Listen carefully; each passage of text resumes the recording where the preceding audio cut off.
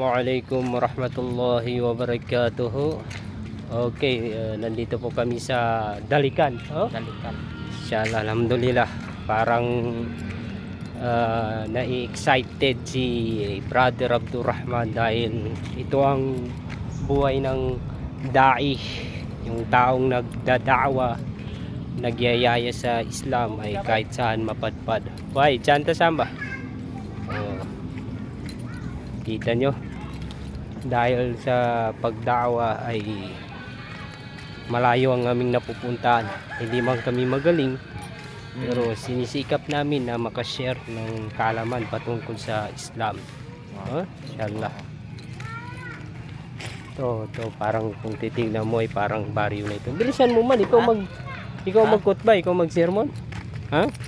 Inshallah. Inshallah. Mag-sermon. Inshallah. Dito kami sa Dalikan, pero ito ay parang nasa baryo nito sa taas. Pag kuan mo hindi pa maabot yung poblasyon, ay mayroong iskinita patas. Doon yung daanan niya. Pangingitsa ka! Pangingitsa ka! Oh? Okay, na doon yung isa si Ustad Benjamin, salamat. Siapa?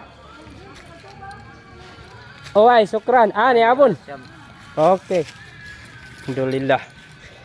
Anong pagkiramdam mo bro na nakakapunta ka ng malalayong lugar?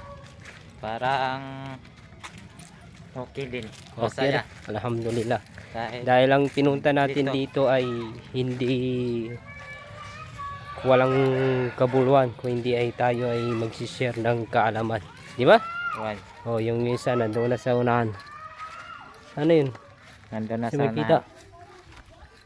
Parang hindi man nakikita yung Oh. masjid dito. Si? Parang hindi man nakikita yung masjid. Maliit. Nakita. Yung gimaan lang man. Sana mainit kapag pahinga tayo doon. Oh. Sabi. Ano? Kapit na tayo makarating sa ating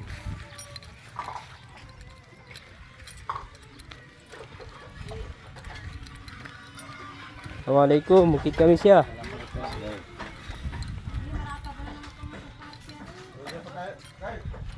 Ito na yung masjid na Jamaah. Pares lang yung daanan na pinuntahan natin. Saan? Doon sa kasal. Sa kasal? Yung ikinasal.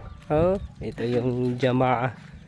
At dito sila nagja-Jamaah tuwing Friday. O nagsasagawa sila ng 5 times a day. Ewan ko kung anong pangalan ng masjid na ito. Teka bro, bilisan mo. Hindi na. Bismillah. Bismillah.